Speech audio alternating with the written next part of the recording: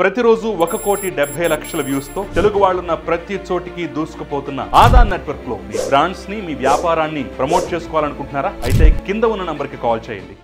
నమస్తే, welcome to Aadan. నేను కిషోర్ కుమార్. నా వీడియోలు మీరు మిస్ కాకుండా అవన్నీ డైరెక్ట్గా మీ ఫోన్కే మీ వాట్సాప్కే వచ్చి చేరాలనుకుంటే స్క్రీన్ మీద కనిపిస్తున్నటువంటి నంబర్కి వాట్సాప్లో హాయ్ అని ఒక చిన్న మెసేజ్ పెట్టండి. మా టీం ఎప్పటికప్పుడు నా వీడియోలన్నీ మీకు పంపిస్తుంది. ఇది కేవలం వాట్సాప్ సర్వీస్ మాత్రమే. దయచేసి అలాంటి కాల్స్ చేయొద్దు. అలాంటి కాల్స్ కూడా స్వీకరించబడవు. ఈరోజు ఒక అద్భుతమైనటువంటి అంశంతో, అద్భుతమైన వార్తతో మీ ముందుకు వచ్చాను. కొన్ని వార్తలు తెలిసిన తర్వాత చాలా సింపుల్గా అనిపించవచ్చు. అది ఫ్రంట్ పేజ్లో వచ్చినా సరే ఏదో ఒక మూలన పడున్న వార్తగా మనం తీసేయచ్చు. కానీ దాని ప్రభావం ఎంత గట్టిగా ఉంటుంది, భవిష్యత్తు మీద ఎంత బలంగా ఉంటుంది, కొంతమంది మీద ఎలాంటి అద్భుతమైన ప్రభావం చూపిస్తుంది అన్నది ఆ వార్త వచ్చిన రోజు, తెలిసిన రోజు మనకి తెలిసే అవకాశం ఉండదు. అంతగా ఊహించను కూడా ఊహించలేం.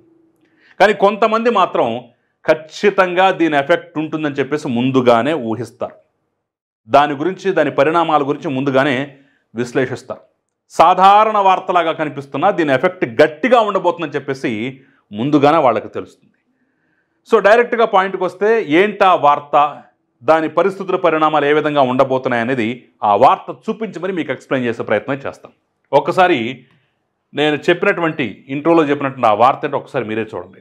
ఈరోజు ఆంధ్రజ్యోతిలో వచ్చినటువంటి వార్త అనమాట. ఏంటా వార్త? 2026 దాకా ఆగాల్సిందే.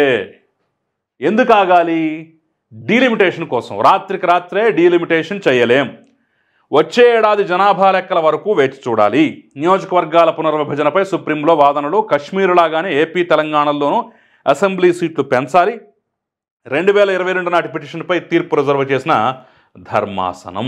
ఇది కేంద్రం యొక్క వాదన అన్నమాట. ఎందుకు ఈ వార్త గురించి ఇప్పుడు చెప్తున్నానయ్యా అంటే, ఇది చాలా ముఖ్యమైన వార్త.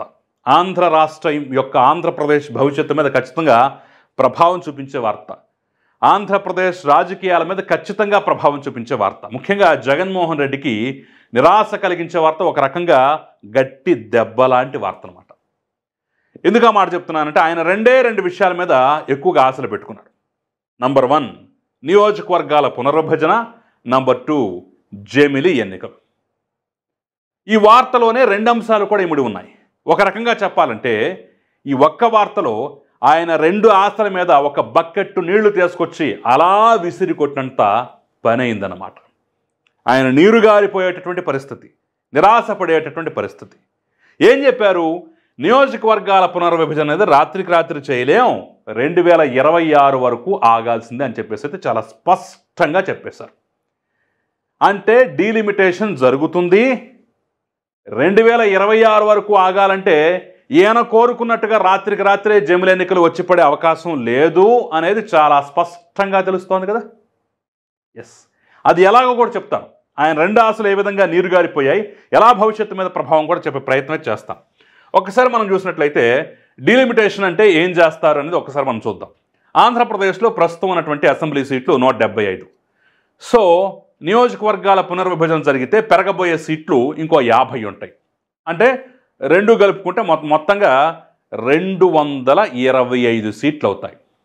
అది కూడా ఆషామాషిగ్గా ఏదో అయిపోతాయి అంటానికి లేదు. ఆంధ్రప్రదేశ్ పునర్వ్యవస్థీకరణ చట్టంలోనే, అంటే 2014లో ఏర్పాటు చేసినటువంటి ఆ పునర్వ్యవస్థీకరణ చట్టంలో సెక్షన్ 26 ప్రకారం డీలిమిటేషన్ చేయాలి. అలా చేస్తే ఆ చట్టంలో పొందుపరిచిన విధంగా 50 సీట్లు పెరిగి 225 సీట్లు అయ్యేటటువంటి అవకాశం అయితే చాలా స్పష్టంగా ఉన్నదన్నమాట. సో ఇది మొదటి దెబ్బ జగన్మోహన్ రెడ్డికి. ఆయన ఏమనుకున్నాడు? కేంద్రం సుముఖంగా లేదు, డీలిమిటేషన్ జరగదని చెప్పేసి అనుకున్నాడు. జరిగితే ఏంటి నష్టం, జరగకపోతే ఏంటి లాభం అనేది ఒక్కసారి నేను చెప్పే ప్రయత్నం చేస్తాను.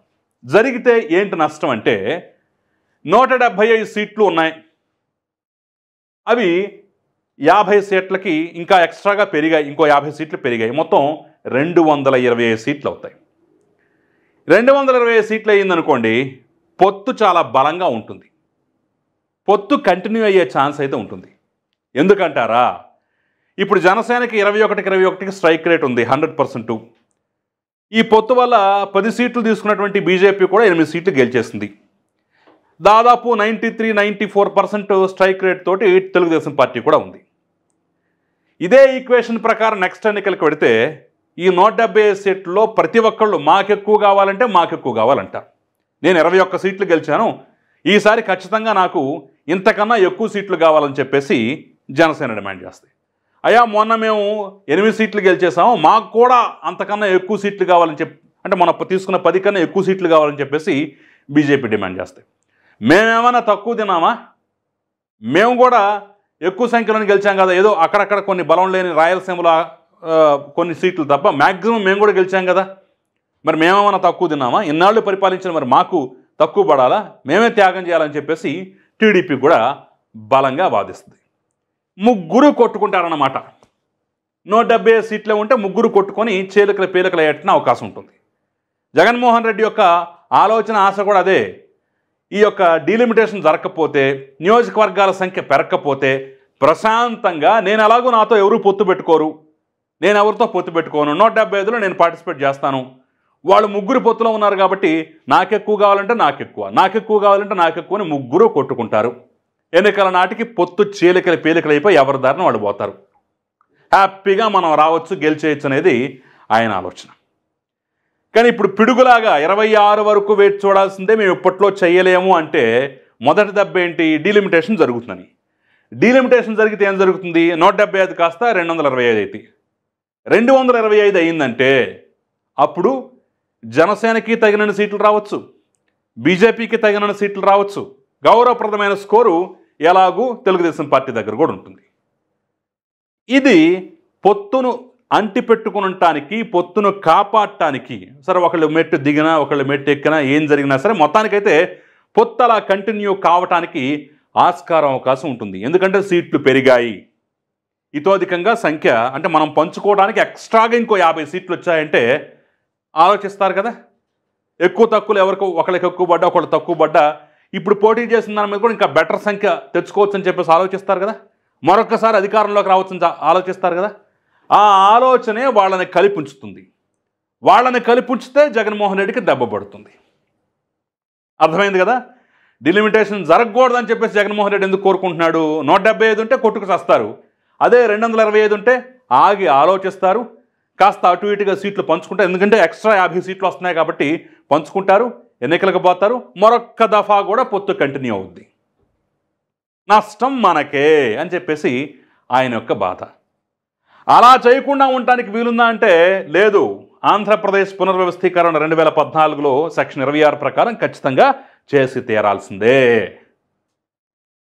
అయితే ఇది రాత్రికి రాత్రి చేయలేమని చెప్పేసి పార్లమెంట్లో చెప్పినటువంటి కేంద్రం, ఆ తర్వాత సుప్రీంకోర్టుకి చెప్పినటువంటి కేంద్రం వాళ్ళ ఆలోచన ఏంటంటే మాకు 2026 జనాభా లెక్కలు కావాలి. ఇప్పుడు జనాభా లెక్కలతో పాటుగా కులగణన కూడా చేస్తున్నామని చెప్పేసి చెప్పింది కాబట్టి అది కూడా ముఖ్యమే. ఇప్పుడు జాతీయ స్థాయిలో కులగణన అనేది పెద్ద ఎత్తున చర్చ జరుగుతోంది. సో మేము కులగణన కూడా జనాభా లెక్కలతో కలిపి నిర్వహిస్తామన్నారు కాబట్టి ఆ సెన్సస్ కూడా రావాలి. ఇది అంత తేలికైన ప్రక్రియ కాదు, ఎక్కువ సమయం పడుతుంది. కాబట్టి 2026లో జనాభా లెక్కలు స్టార్ట్ చేస్తారు. జనాభా లెక్కలు స్టార్ట్ చేస్తే డీలిమిటేషన్ చేయాలంటే దీని ఆధారంగా 26 చివరికి కానీ లేదంటే 27 మొదట్లో మొదలు పెడితే ఆఖరికి కానీ డీలిమిటేషన్ అనేది ఈ నియోజకవర్గం ఇటు, ఈ నియోజకవర్గం అటు, దీని అందుట్లో కలపండి దాని అందుట్లో కలపండి అని చెప్పేసి రాత్రికి రాత్రి ఏదో మ్యాప్ గీసుకుని పోవడం కుదరదు.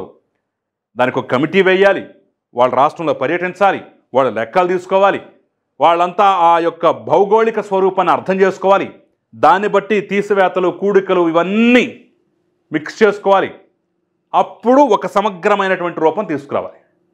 ఆ రకంగా తీసుకొస్తే 2027 చివరికి 2026లో జనాభా లెక్కలు మొదలుపెట్టి వాటి ఆధారంగా డీలిమిటేషన్ ప్రారంభిస్తే 2027 చివరికి 2028 వరకు కూడా పోవచ్చేమో. పోతే అంత సుదీర్ఘమైన టైం అయితే పడుతుంది. దాంతోపాటు ఈసారి మహిళా బిల్లు 2029 నుంచి అమల్లోకి రాబోతోంది. కాబట్టి 2029 నుంచి అమల్లోకి రావటం అంటే అది దీనికి సంబంధించినటువంటి రిజర్వ్ సీట్లు, మహిళా కేటగిరీ సీట్లన్నీ, ఇందులో మహిళలే పోటీ చేయాల్సిన సీట్లు అనేది కూడా నిర్ణయించాల్సిన అవసరం ఉంది. ఆ రిజర్వేషన్ కూడా కలపాలి. అది కలపాలంటే అది కూడా దీంతో పాటు సైమల్టేనియస్గా చేసినా సరే 2026 నుంచి మొదలు పెడితే 2027 వరకు పట్టే అవకాశం ఉంటుంది. 2028 వరకు వెళ్ళినా ఆశ్చర్యపోవాల్సిన అవసరం లేదు.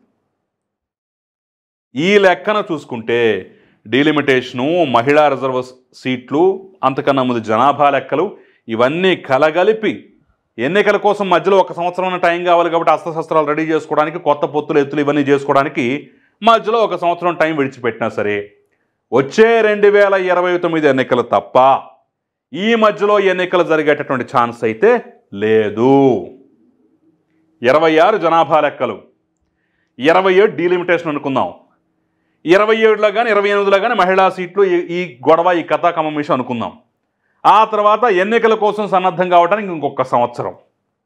మొత్తం కలిపితే 2029లో తప్ప ఆలోగా ఎన్నికలు జరిగే అవకాశం, ఆస్కారం అయితే కనిపించట్లేదు.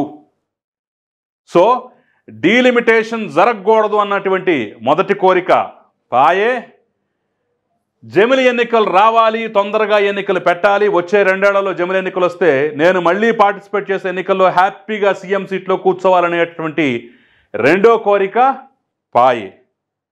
సో ఒక్క దెబ్బతో 2 పిట్టలు అన్నట్టుగా మొత్తానికి జగన్మోహన్ రెడ్డి జమిలి కోరిక నెరవేర్చలేదు, డీలిమిటేషన్ జరగకూడదనే కోరిక నెరవేర్చడం లేదు.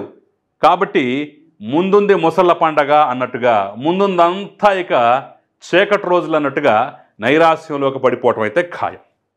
అదే ఈ వార్త యొక్క సారాంశం. ఈ వార్త యొక్క సారాంశం ఏంటయ్యా అంటే ఇదే. దీనికోసమే ఇన్ని లెక్కలు, ఇన్ని అంశాలు, ఇన్ని విషయాల్ని నేను తెర మీద తీసుకొచ్చి చూపించాను. సో ఖచ్చితంగా నేను అనుకున్నట్లుగా ఇదే భావన మీకు కూడా కలిగితే, మీరు కూడా సేమ్ ఇది చూసిన తర్వాత ఎస్ నిజమే కదా, దీని వెనక ఇంతటి అర్థం పరమార్థం ఉన్నాయని చెప్పేసి నిజంగా మీరు కూడా ఫీల్ అయితే నాకు ఖచ్చితంగా కింద కమెంట్ రూపంలో కామెంట్ చేసేటటువంటి ప్రయత్నం చేయండి మీ అభిప్రాయాన్ని. అంతకన్నా ముందు దయచేసి ఈ వీడియో నచ్చినట్టయితే లైక్ చేయండి, 10 మందికి షేర్ చేయండి, మన ఛానల్ సబ్స్క్రైబ్ చేయడం మాత్రం మర్చిపోకండి. నమస్తే.